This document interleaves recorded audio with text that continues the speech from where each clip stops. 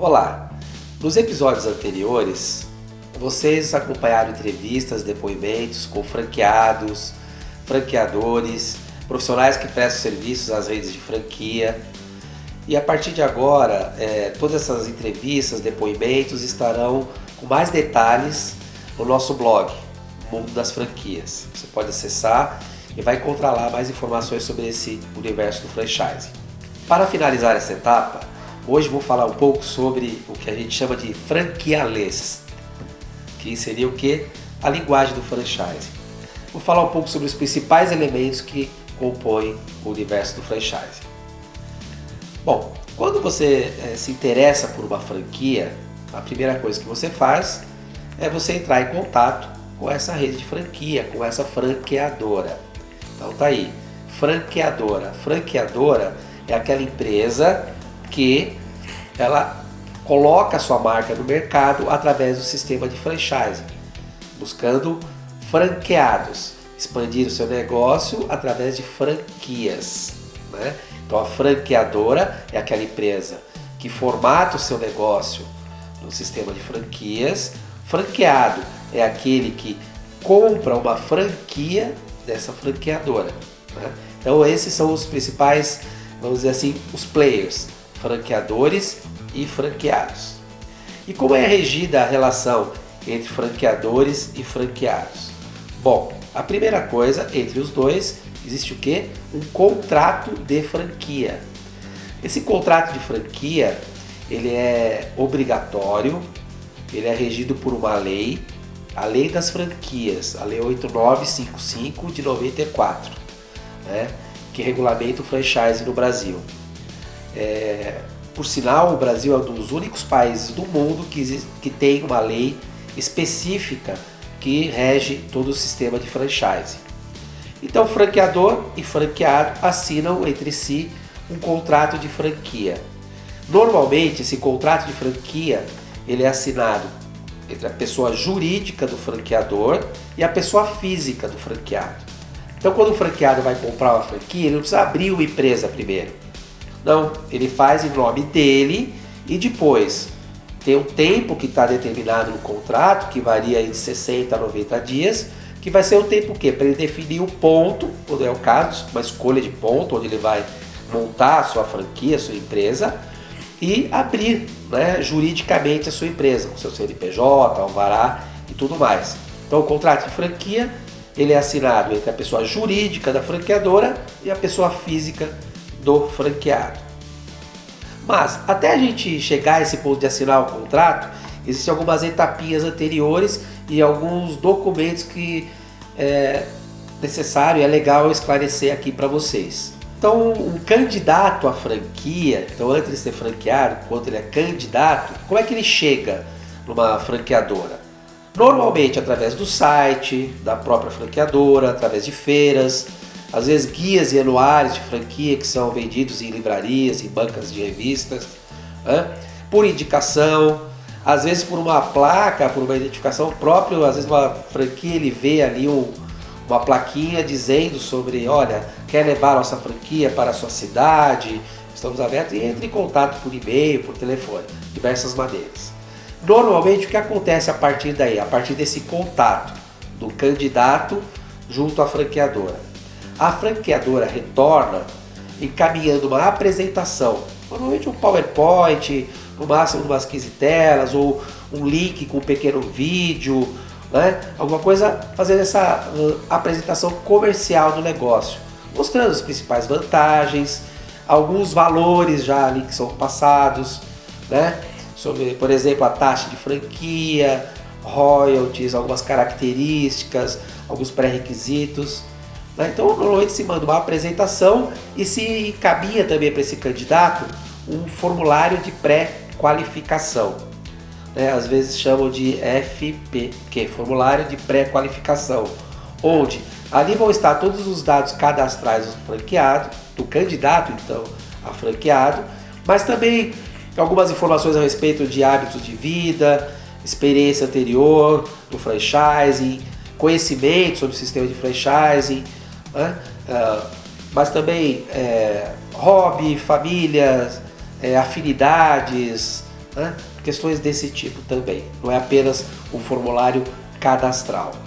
Isso daí vai ajudar a franqueadora a entender inicialmente, conhecer um pouco mais, né, sobre quem é esse candidato, não apenas com dados mais, como a gente pode dizer assim, dados duros como cadastros apenas de documentos, nome, endereço, essas coisas, mas conhecer um pouquinho da vida desse candidato.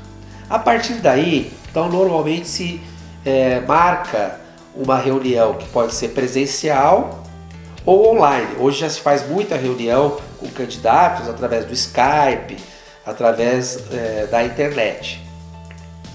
Feita essa reunião, esse conhecimento, esse primeiro quebra-gelo, você tira algumas dúvidas desse formulário, o candidato começa a perguntar de algumas coisas sobre a franquia, a gente encaminha ao franqueado um documento que é regido pela lei, um documento que toda franqueadora, toda a franquia tem que ter, que é a famosa COF, Circular de Oferta de Franquia, COF.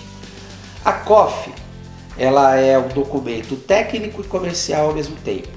Então ela apresenta tecnicamente as questões daquela franquia, então falando sobre a marca, falando sobre as características da franquia em si, pré-requisitos, valores de investimento inicial, valores a serem cobrados mensalmente, questões do contrato. Praticamente todas as cláusulas do contrato de franquia estão expostas ali de uma maneira um pouco mais amigável, assim, fácil de ler e de entender. Então, por isso que eu falei, é um documento que ele é técnico-comercial. Como é um documento regido pela lei, ele também tem uma declaração de recebimento dessa circular de oferta, né? Porque é um documento que contém alguns dados que são dados sigilosos. Então, assim como o candidato passa dados sigilosos dele, seus dados cadastrais, a franqueadora, a partir desse momento, ela passa seus dados também. Então, a troca, o ganha-ganha já começa desde aí no sistema de franchise. Essa declaração de recebimento da COF, ela também serve como uma reserva diária da onde o franqueado está querendo abrir uma unidade, né? Então ali nessa declaração de recebimento ele vai colocar, olha, cidade de interesse ou região de interesse é tal.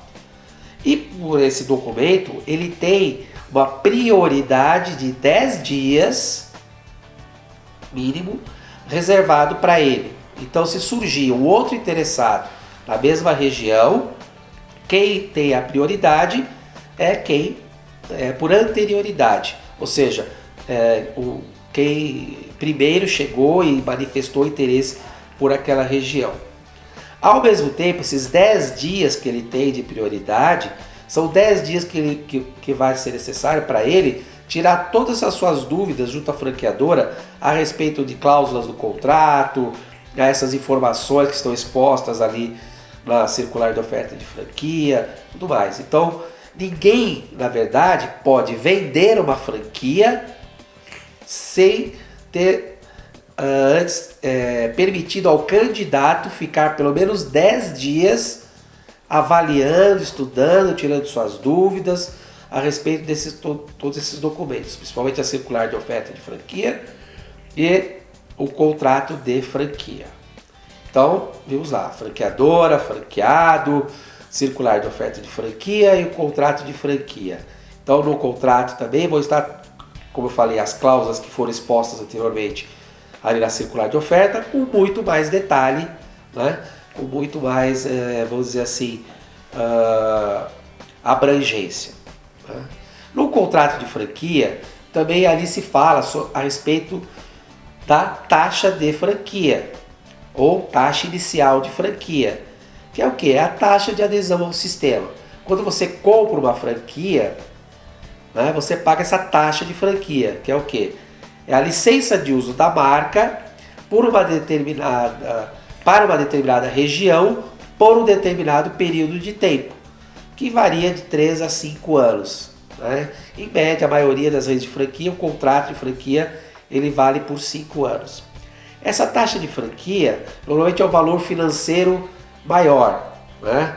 Então 20 mil, 30 mil, 50 mil, o que for.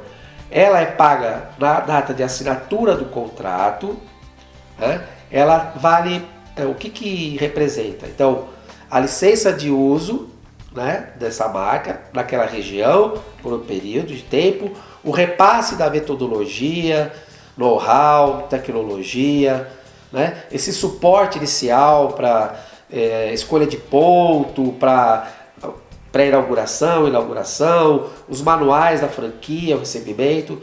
Então é o que faz ali é o início desse relacionamento franqueado e franqueador, é a assinatura do contrato com o pagamento da taxa de franquia.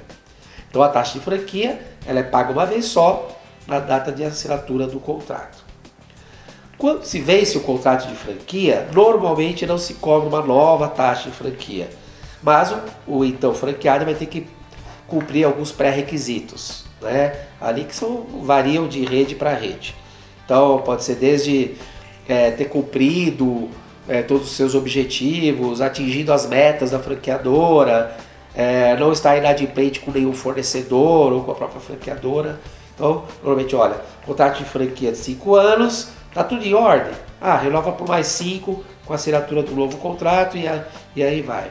Pagou a taxa de franquia, assinou o contrato. Depois, então, que fez isso, a franqueadora começa, então, todo o planejamento, monta um cronograma até a abertura da unidade desse franqueado.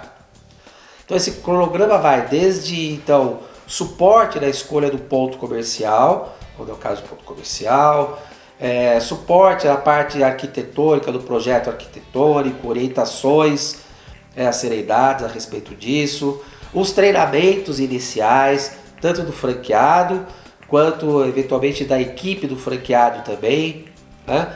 Auxilia então o franqueado a todas as orientações para a contratação do pessoal, né? Então é montado o cronograma até a fase de pré-inauguração, inauguração da franquia e o acompanhamento dos primeiros momentos aí que a franquia está aberta. Esse cronograma ele é feito em conjunto e de acordo com as necessidades de ambos os lados, né? Já prevendo uma abertura para 2, 3, 5 meses, vai depender aí também caso a caso.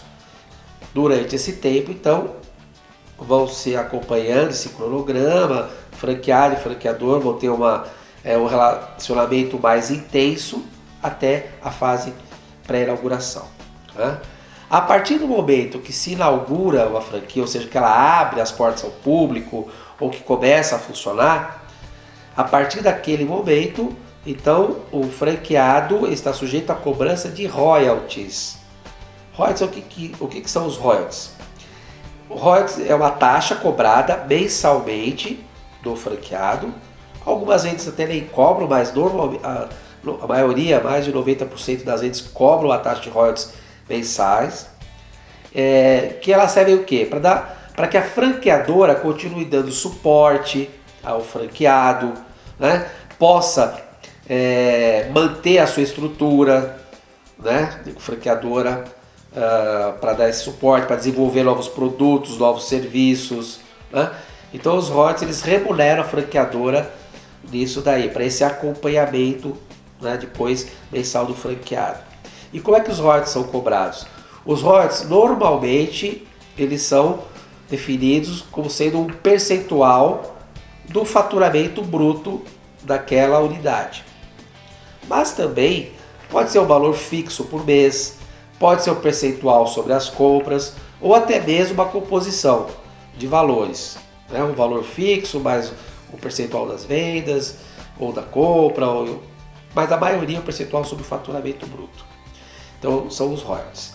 Os royalties, então eles dão todo esse suporte, menos das questões relativas a quê? A publicidade, propaganda, a marketing. Para isso, as franqueadoras cobram o que a gente chama de taxa de propaganda e publicidade nacional, ou taxa de marketing, ou taxa de propaganda, que é o outro valor que, assim como os royalties, normalmente também são um percentual sobre o faturamento bruto, né? Mas como eu falei, pode ser também um valor fixo por mês. Para que serve essa taxa de propaganda? Ela vai servir para desenvolver a marca, né, no país ou na região. Então vai servir para que se desenvolvam materiais de marketing, materiais de propaganda, para assessoria de imprensa, para campanhas, né, eventuais. Então, se for o caso do varejo, campanhas de marketing, campanhas para Natal, para Dia dos Pais, Dia das Mães. Então, essas campanhas, quando a gente vê, por exemplo, um grande anunciante de rede de franquias, por exemplo, na área de beleza, de cosméticos, de perfumaria, fazendo anúncio no horário nobre na TV, os recursos para esses anúncios eles vêm dessa taxa de propaganda. Então todos os franqueados eles vão pagar um valor mensalmente, vai para uma conta e a partir dessa conta gera esses recursos e os franqueados em conjunto com a franqueadora, com o departamento de marketing da franqueadora, definem, olha, nós temos tal verba, vamos fazer o que com ela? E aí define, vai fazer TV, vai fazer rádio. Hoje em dia muito se investe então nas mídias sociais, né? Vai fazer Facebook, vai fazer Google AdWords, então é assim que funciona. Essa taxa de propaganda ela não pode ser usada para vender franquia, ela tem que ser usada só para vender a marca, para favorecer a todos os franqueados. Essas são as duas taxas principais que o franqueado paga. Ele paga então a taxa de franquia quando ele assina o contrato, né? Ele paga os royalties mensais e a taxa de propaganda mensal também. Na média das franquias brasileiras, independente do segmento, a taxa de franquia está variando hoje em torno dos 35, 40 mil reais. Royalties e taxa de propaganda. Os royalties eles variam aí de 5 a 7% do faturamento bruto. E a taxa de propaganda normalmente aí vai de 1,5% a 3% do faturamento bruto. Então vai de acordo com cada característica de cada rede. Eventualmente uma outra rede pode cobrar também alguma taxa sobre compras ou sobre outros serviços, sobre serviços, por exemplo, de atendimento ao cliente ou de delivery. Aí é caso a caso com cada rede. O importante é que todas essas taxas estejam bem detalhadas no contrato de franquia. Que o franqueado teve pelo menos 10 dias para poder estudar e tirar as dúvidas. Então, ótimo. São os principais termos e taxas do sistema de franquia. Fora isso, o que normalmente a gente ouve falar?